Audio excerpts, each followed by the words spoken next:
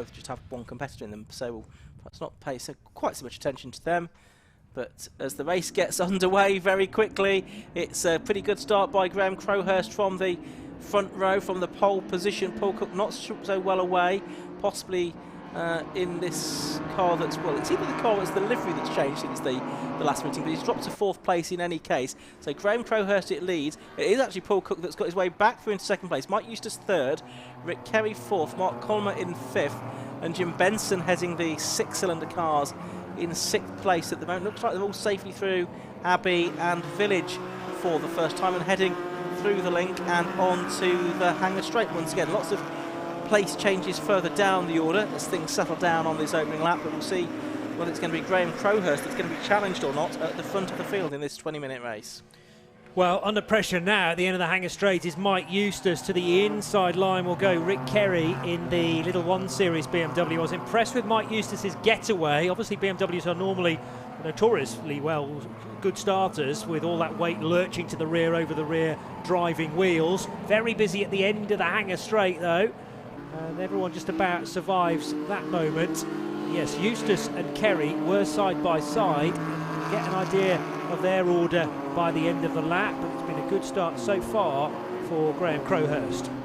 Yep, certainly has. He's 1.29 seconds ahead at the end of the opening lap of the race, and then it's about 1.7 seconds back from Paul Cook in 2nd place, number 26, to Rick Kerry, number 2, in 3rd position. Jim Benson still leading in Class 6. There you can see the dark blue square on the timing tower. He's in 6th position. Mike Nash is his nearest challenger at the moment. Oh, it's just changed to green. I think just said it was dark blue. And then the Cup class, that's being led by William Lake, I think number 4, in 18th position at the moment. And Lake it was, with cars all around him at Stowe Corner a lap ago. Rick Kerry is now behind Mike Eustace, so that's a change of position. But can Kerry push a little harder into Stowe Corner, leaving his braking later than Eustace? Eustace has the inside line for the exit of Stowe, but that will only be the outside for the run into the Vale, and Rick Kerry does indeed get that place back again. So this is fabulous racing in the early stages. Two cars that weren't necessarily close in qualifying. Rick Kerry was able to do a 1:13.7. Mike Eustace's best, a 1:14.3. So 6-7 tenths between them. That's not evident on the track so far. Certainly not. Graham Crowhurst in the best lap of the race, a 1:12.36. Has nearly got down to his qualifying time already, which was a 1:12.29. He's not too far away from that kind of mark. Here's the scrap for 3rd. Then Rick Kerry, number 2, former British Touring Car Championship driver, goes a bit wide there on the exit of Village, but I don't think Mike Eustace is able to capitalise particularly as the cars make their way through and on to the Hangar Straight. There is a squeal of tyres out of our commentary box window, but I think everyone has made it safely through there. So there's Kerry, there is Eustace. They're in 3rd and 4th positions at the moment, heading down into Stowe Corner for the 3rd time here, and then a gap back to 5th, and we pick up there the 27 car. So that's Chris Blakey, and he's just in behind the Cup class leader, number 4, which is William Lake. So he's got another class car between himself and his Cup class rivals, which is pretty handy. These cars make their way down the Hangar Straight up towards the completion of lap number 3 of the race. In their case, the leaders already having unbalanced in their 4th lap, with Graham Crowhurst now leading by more than 2.5 seconds from Paul Cook in 2nd. Cavan Granger was under some pressure at the end of the Hangar Straight that time through, with Andy Wynn not very far away. And elsewhere, the number 68 car of Gareth Thomas, 19th position, heads out of Club Corner with Stuart Pywell in behind. In the black BMW, Graham Crowhurst crossed the line with 2.5 seconds in his back pocket compared to Paul Cook in 2nd, and ekes the gap out by almost a second actually on that lap alone. Busy here for Rahim Ballou. Oh, and there's almost contact with Stephen Schweikart looking for a way by from 9th place. They stay in the same order for now. Yeah, Schweikart in third position within Class 6, and he's got Clive Watson there as well in the grey number 10 car. That's beside him to his right-hand side, the left-hand side of our picture, for those of you watching on the live stream. They're down to Stone. It looks like Schweikart might lose out there to Clive Watson. Let's just see if that is the case. Yes, he has done. So Schweikart down another position. That's pretty important, because Schweikart is second in Class 6 coming into this weekend and third in the overall championship. And with Lee Pearcey not here this weekend, Schweikart would have been looking to take real advantage of that and pick up as many points as possible and pull out a bit of a lead, certainly in the class within the championship. But here he's fallen behind Clive Watson's number 10 car and down to 10th position, with more cars just behind him, including that bronze car with the green bonnet of number 31, Paul Laramie.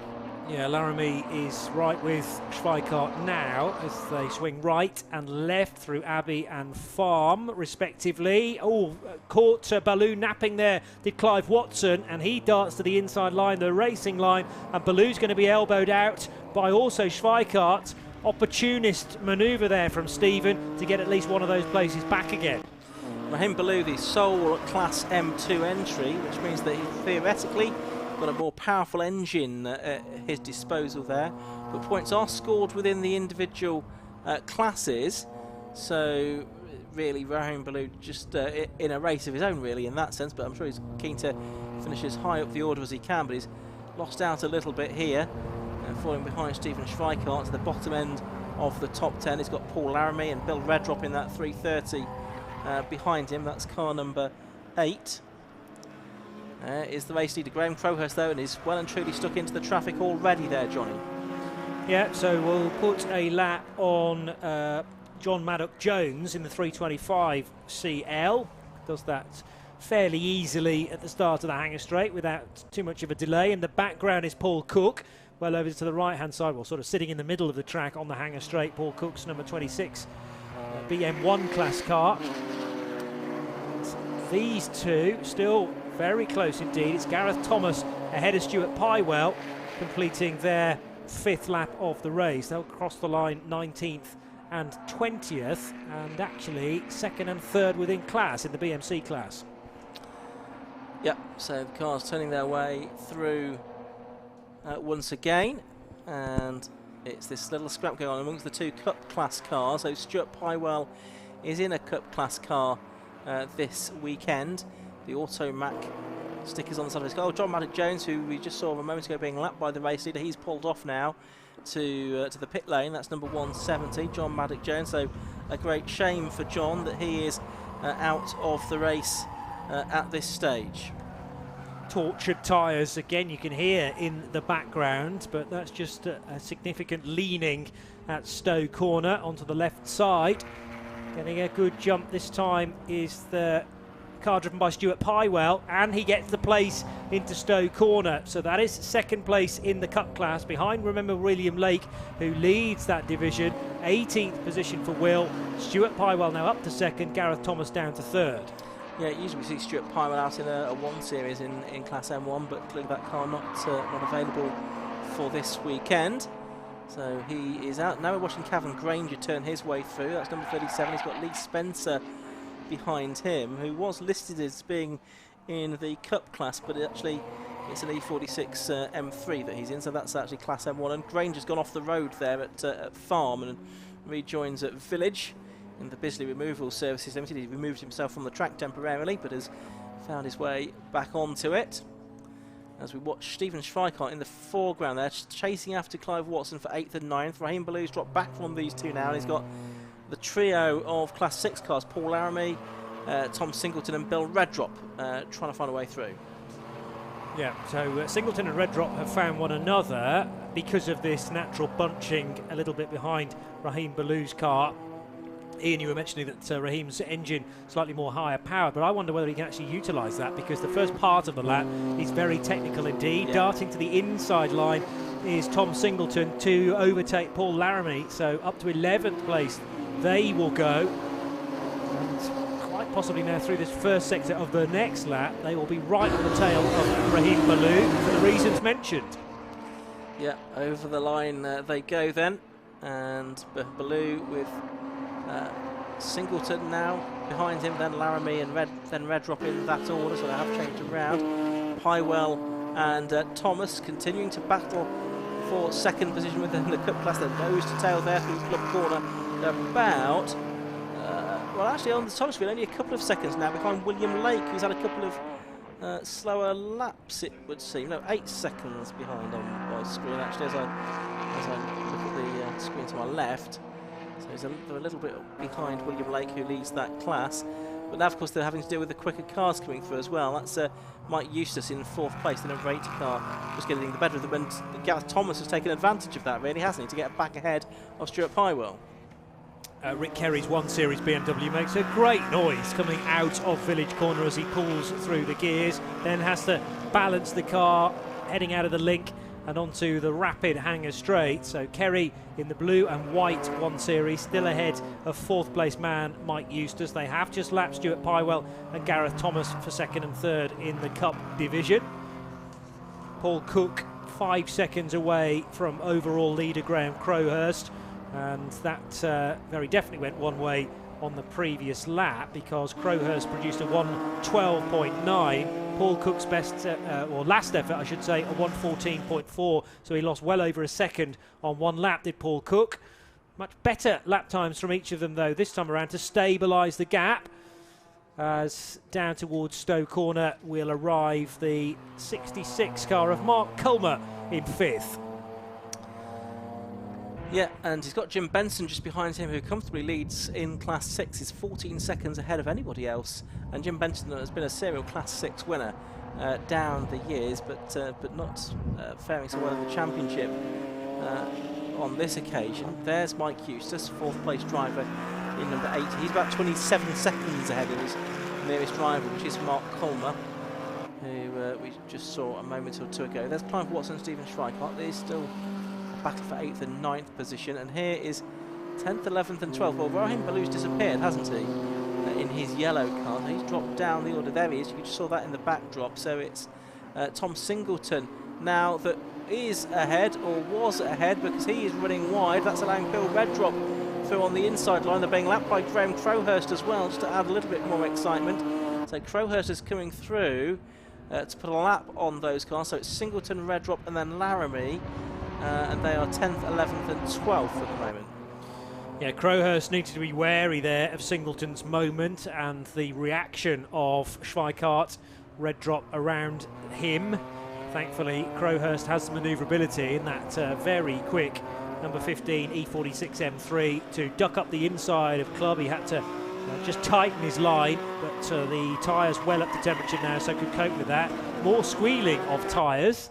I really did expect someone to be facing the wrong way coming out of the link there, but they're not, and will fan out to certainly 2 abreast, maybe even 3 abreast if Paul Laramie can get involved as well.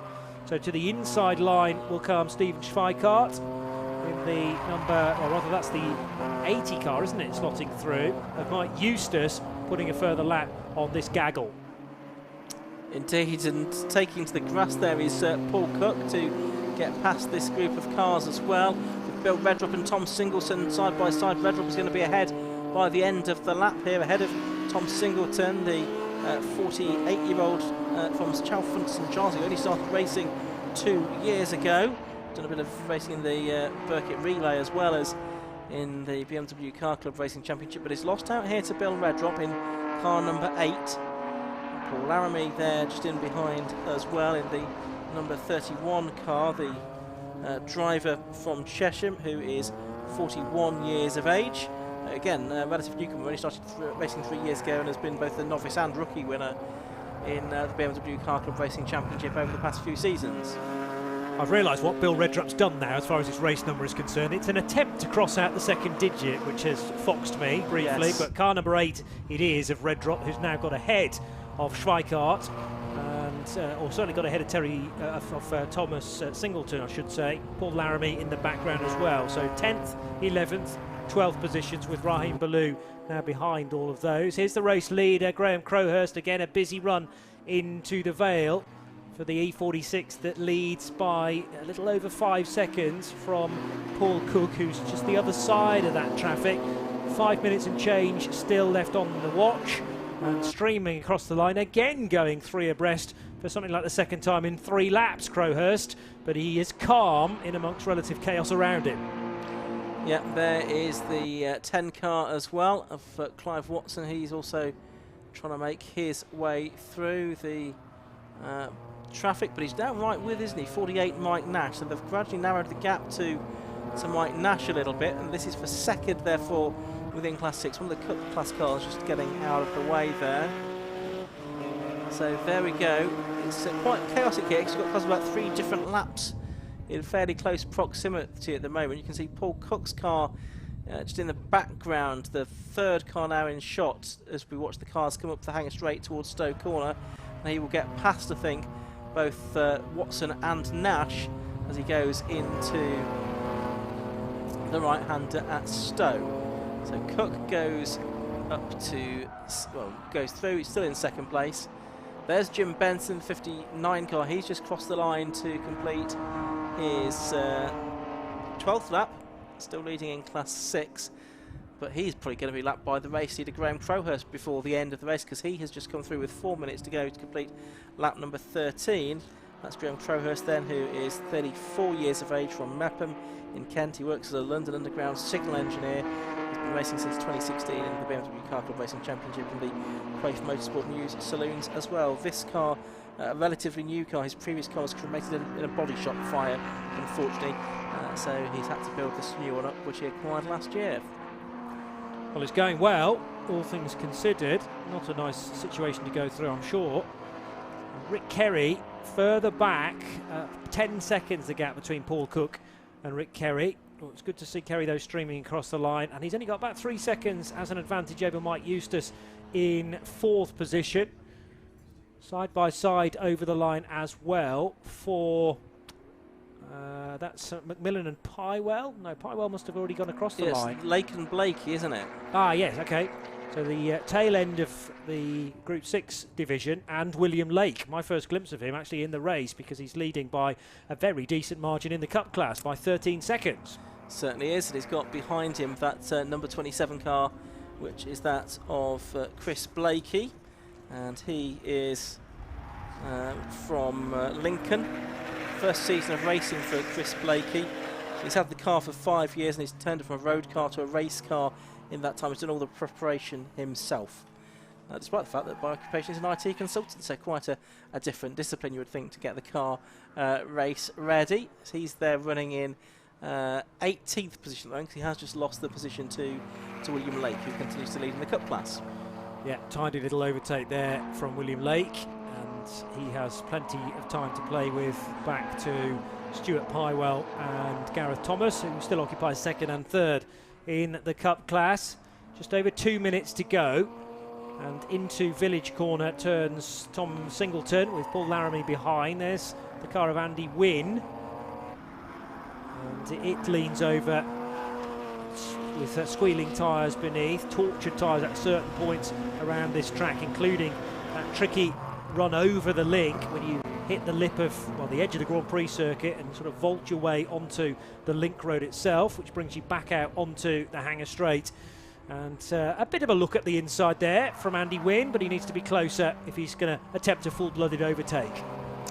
A minute and a half of the race left to go then. So number 80 Mike Eustace on screen at the moment. He's there in 4th place, I should say. Still chasing after Rick Kerry. He's stayed with Kerry for most of the race, but Kerry hasn't really been able to make an impression at the front of the field. As I said, I think it is the first time we've seen Rick during the course of this season so far. Usually we've seen him a bit more often than that. This battle's been going on for a while, hasn't it, Johnny? Yeah, and back in the favour of Stuart Pywell ahead of Gareth Thomas, but Thomas clearly got a bit more speed to give. He's running out of laps, though, is the next problem, and also the overall leader has just got in front. They will all reach the end of this lap and force one more out of it. Stuart Pywell did allow Carl Macmillan to get by, so that's now created this wedge between William Lake, who leads the Cup division, and Stuart, who is second. 2 Class 6 cars, in fact, between them, including Chris Blakey, who we've spoken about. So there's Will Lake, there's Blakey behind in number 27. Race leader Graham Crowhurst heads through Abbey for the final time. Yep, he does. So he's on to his final lap of the race. He's 8 seconds clear of Paul Cook at the moment. He's lapped most of the rest of the field, hasn't he? I think everyone up to including 7th place, certainly. He has got past. Has he lapped Jim Benson as well now? Possibly he has. So time ticking down to 0.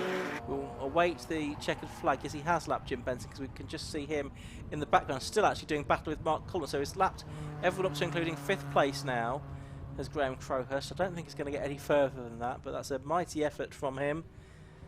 We saw him out yesterday finishing runner-up in the road sports race from that late charge from Will Stacey. But did lead that for quite a lot of the race distance. Down towards the Vale he comes for the final time. Through the left-hander, then it's the double right-hander at Club Corner. And he's going to come through to complete his 17th and final lap of the race. And it's going to be Graham Crowhurst then that takes a win that will extend his lead within Class M1 in the championship. He'll also, I think, now go ahead of Lee Pearcey in the overall standings, with Lee Pearcey not here this weekend. So it's a good day for Graham Crowhurst then. Number 15 car takes the victory. In second place, it's Paul Cook. He's already been across the line. Is this little scrap going on between Pywell and Thomas? And there's the 3rd and 4th place cars over the line together there, Johnny. Rick Kerry and Mike Eustace. Yeah, Kerry slowing down a little bit to celebrate with maybe some team members on the wall, so the gap closed marginally. Mike Eustace doing a 1:14.1. It was a slower lap for Kerry, but he had the time in hand to be able to play with Mike a little bit, I suppose, as they reached the line. Here comes Paul Laramie, and on the inside line, Andy Wynne trying to jump one position, and will do it, coming out of Club Corner. So that will give Wynne 12th place. And we're in class 2, 4, 6, 7th maybe? Yeah, 7th place ahead of Paul Laramie, who is 8th in the Class 6. Well, there we go. Last couple of cars coming over the line. I think everyone else has completed their races now. So that's Kevin Granger coming across the line, and also the 15 car, that is, as well. And there is the Class 4 entrant, which is Andrew Pywell in the number 17 Fina liveried car. So I think that's everyone through. So Graham Crowhurst it was that took the victory then, completing 17 laps. He was 9.34 seconds ahead of anybody else.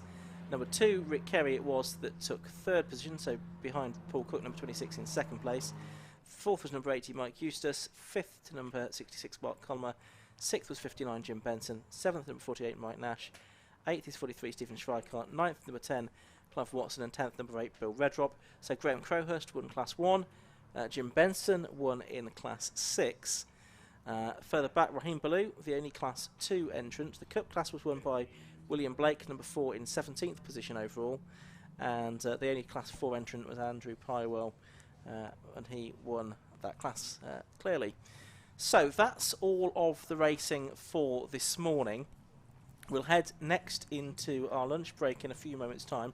Racing due to get back underway again at around about 1:45 with the R&M Racing Bike Sports Championship. We've also got races this afternoon for the Tagiwa Club Enduro Championship. That's 125 minutes in length. The Race Parts Historic 750 Formula Series and the BMW Car Club Racing Championship. The two categories that we've just seen will round out the weekend's racing here at Silverstone. So we look forward to that. We're hopefully going to hear, though, from some successful drivers in the BMWs, though, in just a moment before we head into our lunch break. But don't forget to take advantage of the catering facilities here at Silverstone while you enjoy your lunch. But for the moment, we'll head down to Chris Stevens in the pit lane once more. Well, it is a 5th outright win of the season for Graham Crowhurst. Graham, that looked like it was too easy for you out there. I wouldn't say easy. I mean, Paul was there, kept looking back. I was coming onto the back straight, and I sort of bought one bad back marker or a mistake from myself, and he's straight back in it. So I had a road sports race yesterday that finished 0.19 over the line, so it wasn't quite as close as that, but I was thankful for that because that was hard work. So you were kept under pressure the whole race? Yeah, definitely. Yeah, I just thought I can't back off or anything like that. I mean, it's not in my nature. I don't really know the meaning of it. So, no, it was good.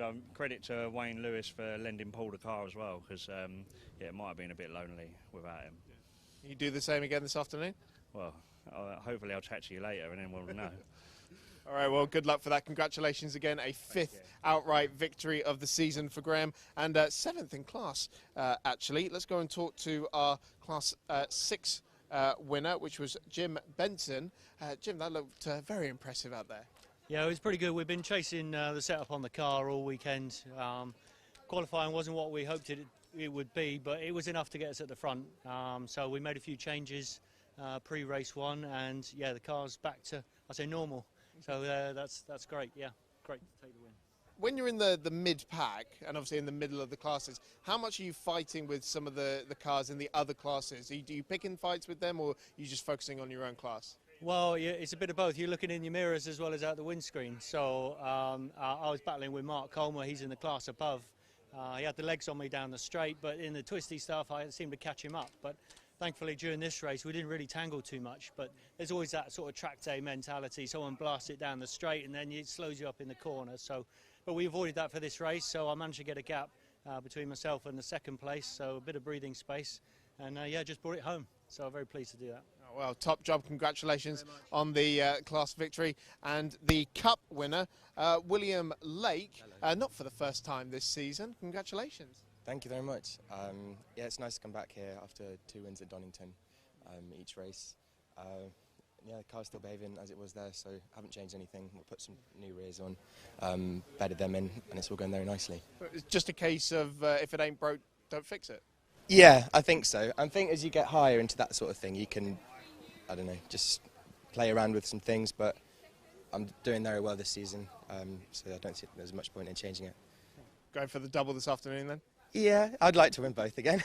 That'd be good. But it's really good fun. Yeah. Awesome. Well, we're glad you enjoyed it. Congratulations. Thank you very much. On the victory. We are going to take a short break, but we'll be back at about 1:45 for more racing action, including the Tekiwa Club Enduro Championship.